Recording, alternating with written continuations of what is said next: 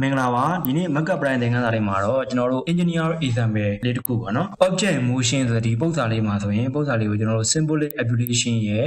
soft law ရဲ့ရှေ့မှာကျွန်တော်တို့ပြောခဲ့တဲ့ rule ရဲ့ poly rule ရဲ့အဲ့ဒီနည်းလေးနဲ့တွက်ကြည့်သွားမယ်ကျွန်တော်တို့ရှေ့မှာပြောခဲ့တာက soft law တွေကိုအဓိကထားပြီးတော့ဒီရှေ့သင်ခန်းစာမှာပြောခဲ့တယ်အဲ့လိုပဲ symbolic application မှာလည်းကျွန်တော်ပြောခဲ့တယ် symbolic application ရဲ့ဒီ function နဲ့သုံးတာပြောခဲ့တယ်ပြီးတော့ rule ပြောခဲ့တယ် poly rule ပြောခဲ့တယ်အဲ့ဒီနည်းလေးတွေကိုသုံးပြီးတော့ဒီပုံစံလေးကိုတက်ပြသွားမှာဖြစ်တယ်ဒီမှာဒီပုံစံမှာဆိုရင် the general equation for the distance traveled by an object တစ်ခု distance တစ်ခုကိုသွားတဲ့ general equation ပေါ့နော်ဒါအဓိကဒီပုံစံဥပမာနမူနာကိုပြချင်တာဖြစ်တယ်နော်အဲ့တော့ given find the function သူ့ရဲ့ function တွေက distance equal v not d plus half ad square ဆိုဒီ equation နဲ့ရှိမယ်အဲ့ဒါကို let's look at the different way နော်နည်းမျိုးနဲ့တွက်ကြည့်မယ် or solve for this equation for the time needed to travel a specific distanceဒီ specific distance ကိုသတ်မှတ်ထားတယ်ဒီမှာဆိုရင် distance တခုရှိမှာပေါ့ specific distance တခုကိုသွားဖို့အတွက်เนาะလိုအပ်တဲ့ time ကိုရှာခိုင်းတယ်အဓိက t ဘယ်လောက်လဲကိုရှာခိုင်းတယ်အဲ t ဘယ်လောက်လဲရှာခိုင်းတာမှာ different way เนาะအဲ့ဒါဆိုရင်သူ့ရဲ့ given ပေးတာက v not ပေးတယ် acceleration ပေးတယ် distance ပေးတယ်ဆိုရင်ဒီ equation မှာမသိတာဘာကြအောင်လဲ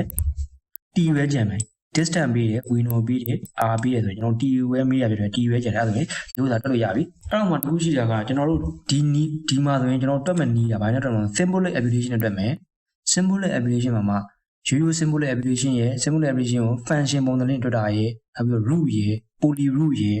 soft block ရဲ့ဆိုပြီးတော့၅နည်းနဲ့တွက်မယ်၅နည်းတွက်တာကို symbolic application လုပ်တဲ့နေရာမှာကျွန်တော် unit တွေထည့်တွက်တဲ့အခါမှာ AR တွေပိုများနိုင်တယ် PDT Mathcad Prime က unit တွေတွက်တာတားကောင်းတယ်ဆိုပေမဲ့symbolic application လုပ်တဲ့နေရာမှာတော့ဒီ unit တွေက constant သဘောမျိုးတွေ variable သဘောမျိုးတွေထည့်တွက်သွားတာဖြစ်တယ်ဆိုပြီးကျွန်တော်ပြောခဲ့တယ်အဲ့ဒါဖြစ်တဲ့အတွက်ဒီမှာဆိုရင် symbolic application မှာကျွန်တော်တို့ unit ထည့်မတွက်ဘူးဥပမာဆိုတော့ဒီမှာ v not ဆိုရင် v not ကို10လို့ပဲထားမယ် acceleration a ကို cm/second square လို့ထားတော့ကို10လို့ပဲထားမယ် distance ကို9000လို့ပဲထားမယ် meter ကိုမပြတော့သူ့ရဲ့ unit system ရဆိုရင် meter ဆိုရင်ဒီမှာ meter တွေသူ့ရဲ့ရမှာဆိုတာ second နဲ့ပဲကျွန်တော်ရလာမယ် meter တွေ second တွေတကယ်လို့ဒီမှာ unit system နဲ့မတူဘူးဆိုရင်ဥပမာဆိုတော့ v not က meter/second acceleration mile per hour အဲ့လိုမျိုးဆိုရင်ကျွန်တော် unit ကိုတူတဲ့ unit system တစ်ခုကိုပြောင်းလိုက်မယ်ပြီးတော့ distance လည်းဥပမာဆို kilometer ဖြစ်နေဆို meter နဲ့ထားမှာလား kilometer ထားမှာလားအကုန်လုံး meter ဆို meter စနစ်တွေရွေးလောက်သွားမယ် second ဆို second စနစ်တွေရွေးလောက်သွားမယ်အဲ့လိုလုပ်သွားပြီကျွန်တော်ဒီမှာ given အနေနဲ့ page လေးကိုကျွန်တော်ဒါကိုချလိုက်မယ်နော်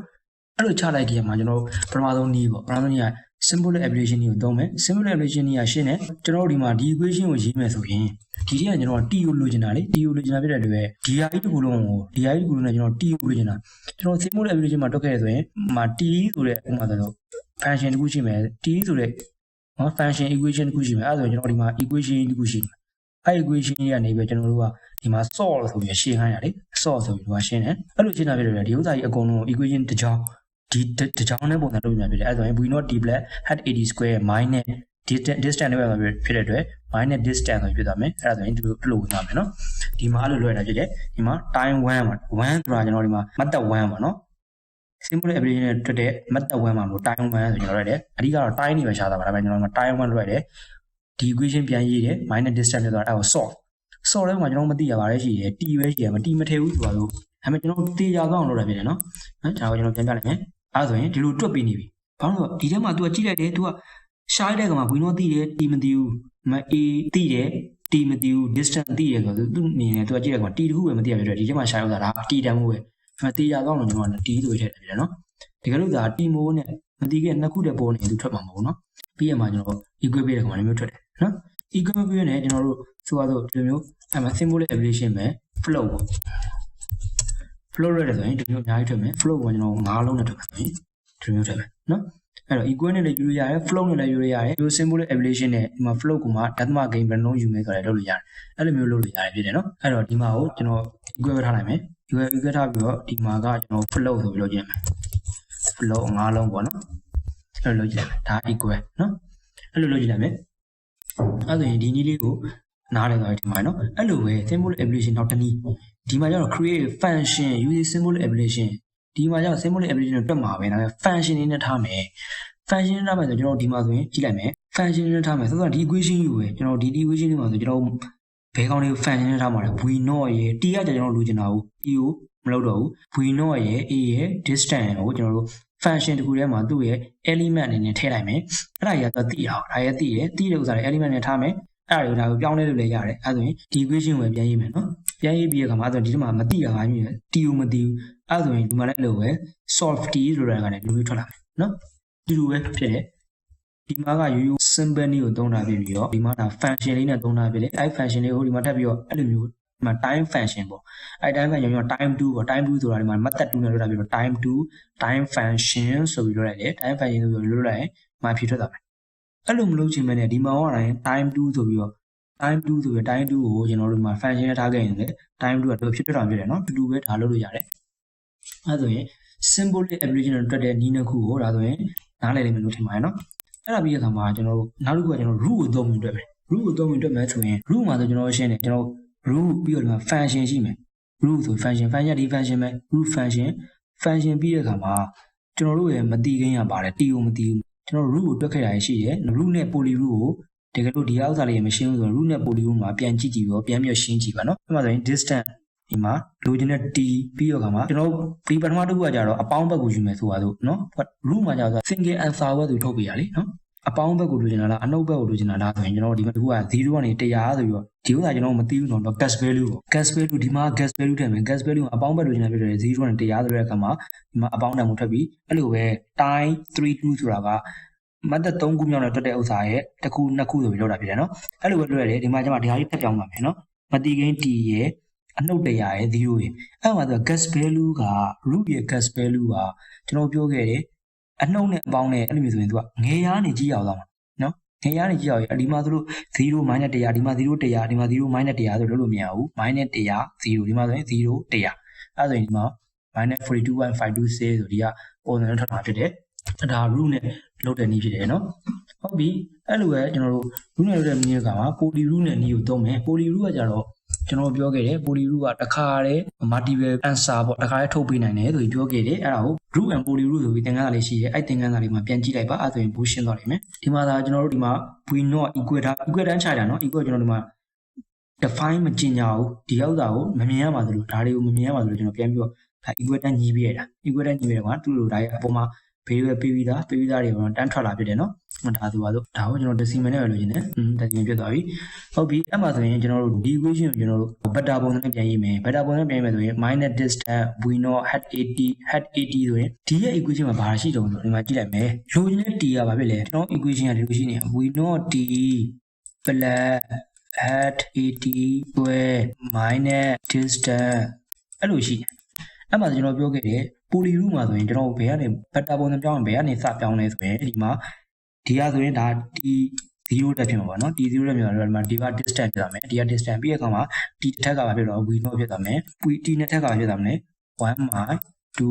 a လို့ဖြစ်သွားမယ် beta ပုံစံနဲ့ဒီမှာပြန်ရပြီလေ minus distance we not had 80 ဆို had 80 square ဆိုရင်ဒီကနှစ်ထက်ကအောက်ဆုံးမှာဖြစ်နေမှာဖြစ်တယ် minus distance we not had a ဆိုဖြစ်သွားမယ်အဲ့ဒါကို equal ထုတ်ရတဲ့အခါမှာဒါတွေကကျွန်တော်တို့သိအောင်နော်သိတဲ့အခါမှာဒီဟာတွေကဒီတိုင်းပဲပြန်ထွက်လာမှာဖြစ်တယ်ဟုတ်ပြီထွက်လာပြီးတော့ time 4ပေါ့ time 4ကကျွန်တော် method 4နဲ့တွေ့တဲ့နည်းဖြစ်တယ် time 4ဆိုပြီး poly root ဆိုပြီးဒီ beta ကိုထည့်ရတဲ့အခါမှာသူက t တန်မှုကိုတန်းထွက်ပြီး t တန်မှုက minus တစ်ခု plus တစ်ခုဆိုထွက်မှာအဲ့ဒါကမှ t ကိုဒီမှာတန်းထွက်ပြီးဒီမှာအဲ့ဒါကမှကျွန်တော်ထပ်ပြီးလို့ရတယ်ဆိုရင် time 4ရဲ့နော် time 4ရဲ့ဒီမှာ0က -42 1က 39.12ဒါ0နဲ့1ဘာလို့ဖြစ်နေလဲ1နဲ့2နဲ့ဖြစ်နေတာဆိုရင်ကျွန်တော်ဒီမှာ calculation မှာ origin ကိုကျွန်တော်1ပြောင်းခဲ့တာအဲ့ဒါဆိုရင်ဒီမှာ0ကမမှန်တော့ Mathcad Prime ကသူ့ရဲ့ origin က0က default ဖြစ်နေဖြစ်တယ်အဲ့ဒါကို2ပြောင်းလိုက်အဲ့ဆိုရင် origin က1ကနေစဆိုရင်အဲ့လိုပြန်ဖြစ်သွားပြီနော်ဒါဆိုရင်မှန်ပါပြီအဲ့ဆိုရင် poly root ကလည်းလွယ်ပါတယ်နော် poly root ဒီ minus distance we not had a လို့ထားတဲ့ဥစ္စာကိုဒါမျက်စိနဲ့လဲနိုင်တယ်ဒါပေမဲ့ကျွန်တော်ရှင်းပြလေးနဲ့ဒီထက်ညွှန်းအဆင့်ထက်ညွှန်းနဲတာနေပြီးတော့သွားတယ် t0 တက် t တစ်ထက် t နှစ်ထက်ဆိုလို့သွားတဲ့အခါမှာဒါလေးကိုနားလည်သွားမှတင်ပါတယ်နော်ပြီးတဲ့အခါမှာကျွန်တော်နောက်ဆုံးဖြစ်ခဲ့တဲ့ solve block ပဲနော် solve block မှာဆိုရင်ကျွန်တော်တို့ gas value ရဲ့ constraint ရဲ့ solver ရဲ့ဆိုရှိမယ် gas value ကျွန်တော်လိုချင်တာ t ဖြစ်တယ် solve block ရဲ့သူ့ရဲ့ပုံစံကလိုချင်တာ t ဖြစ်တယ်ဆိုရင် t ရဲ့ခံမှန်းဘယ်လောက်လဲဆိုပြီးကျွန်တော်အပေါင်းလားအနှုတ်လားအဲ့လိုမျိုးခံမှန်းတစ်ခုရေးပြီးရတယ်အဲ့ရေးပေးလိုက်တယ်ရေးပြီးတော့ဒီ equation ကိုထည့်ဒီ equation တွေပဲဖြစ်တယ်အဲ့မှာ distance equal 0အဲ့လိုမထည့်ခြင်းလေ0လို့မထည့်ဘဲနဲ့နော်သူ့ရဲ့ငကိုမူရင်း equation လိုပဲ square distance ကိုထည့်ရင်လည်းရရနော်တူတူပဲသူ့ရဲ့သဘောတရားတူတူပဲဖြစ်တာ哦တူတူပဲဖြစ်တာပဲတွေ့အဲ့လိုမျိုးရေးလည်းရတယ်0နဲ့ရေးလည်းရတယ်ဟုတ်ပြီအဲ့ဒီမှာ solver time 51ပေါ့နော်မတ်တက်9နဲ့တွဲတဲ့ 51 fine လို့ပဲ fine ပါအောင်ဒီမှာ t ကိုရှာမယ်ဆိုရင်ဒီမှာအပေါင်းနဲ့ထွက်ပြီးမယ်ဒီမှာဆိုရင်အဲ့လိုပဲဒီမှာ minus ဒီမှာ gas value ကို minus ဖြစ်သွားမယ် minus ဖြစ်သွားပြီးမှ find t ကိုရှာရတယ်အဲ့ဆိုရင်ဒီမှာ minus နဲ့ထွက်ပြီးမှဖြစ်တယ်အဲ့ဆိုရင်ဒီပုံစံလေးမှာဆိုရင်ကျွန်တော်တို့နီး9နီးနဲ့တွက်တယ်နီး9နီးတွက်တဲ့အခါမှာ symbolic abbreviation နဲ့တွက်တယ် symbolic abbreviation မှာ ရိုးရိုးတာမန်နီးပြီးတော့ function ပုံစံလေးပြောင်းပြီးတော့တွက်တဲ့နီးနော်ဒါပေမဲ့အဲ့မှာ symbolic abbreviation မှာဆိုကျွန်တော် unit တွေကိုဖြုတ်ချခဲ့တယ် unit တွေမထည့်မတွက်ဘဲနဲ့တွက်ခဲ့တယ်အဲ့တော့မှဒီမှာ unit system တွေကတူနေရဖြစ်တယ်လွယ်သွားတယ် unit system တွေမတူဘူးဆိုရင်ကျွန်တော်တူအောင် change ပေးပြီးမှဒီက tempo တွေလို့ထည့်သွားမယ်နော်အဲ့ဒါဆိုရင် symbolic abbreviation ရသွားပြီပြီးတော့မှ root ကကျတော့သူက single answer တွေပဲထုတ်ပေးနေတာဖြစ်တယ် single variable answer ပဲထုတ်ပေးနေတာဖြစ်တယ်ဒီမှာလိုချင်တာကဘာလဲပြီးတော့သူ့ရဲ့ gas value ပေါ့ gas value ကိုနည်းရနဲ့များရအောင်နော်အဲ့ဒါလေးနဲ့လွှဲနိုင်တယ် -100 ကနေပြီးတော့0ဒီဒီမှာ0နဲ့100ဆိုပြီးဒီမှာလည်း0နဲ့ -100 လို့မရဘူးနည်းရနဲ့များတာပဲသူသွားရမယ်နောက်ပြီးတော့ poly root ကလည်းလိုချင်တဲ့ element ရဲ့ထက်ညွှန်းနေလိုက်သွားတယ်0တက်ကနေစိုက်သွားတယ်နော်0တက်က distance တစ်ထပ်နှစ်ထပ်လို့သွားတဲ့အခါမှာဒါက vector တစ်ခုရပြီအဲ့ vector ကို poly root ထည့်တဲ့အခါမှာဆိုရင်ဒီလိုဖြစ်သွားတယ်နော်ဒီမှာ time 41 time 42ကဒါကြီးထုတ်တာသိမယ်လို့ကနော်41ကကျွန်တော်တို့မှာ4000ခွင်းလေးကိုနှိပ်တယ်အဲ့လိုဖြစ်သွားပြီနော်4000ခွင်းလေးနှိပ်ရတယ်4000ခွင်းလေးအဲ့လိုလေးဖြစ်သွားတယ်အဲ့ဒါကိုကျွန်တော်တို့တစ်ထပ်ပေါ့နော်အဲ့လိုလိုတဲ့အခါမှာဒီ1ကိုပြတယ်သူ့ငကူနဲ့ဆိုရင်ကျွန်တော်တို့ origin ကငကူ0ဆိုရင်ဒီက0ကစားမယ်ဒီက1ဖြစ်သွားတယ်နော်ကျွန်တော်1လို့ပြောင်းလိုက်ခါမှာဒီလိုမှန်သွားမယ်နောက်ပြီးတော့ soft block ဆိုရင်ရှိရဲသူက gas value constraint solver ရှိရဲgas value မှာကျွန်တော်တို့ကိုလိုချင်တဲ့တန်ဖိုးကိုအပေါင်းနဲ့လိုချင်တာအနှုတ်နဲ့လိုချင်တာခံမှန်းမယ်ပြီးတော့ကသူ့ရဲ့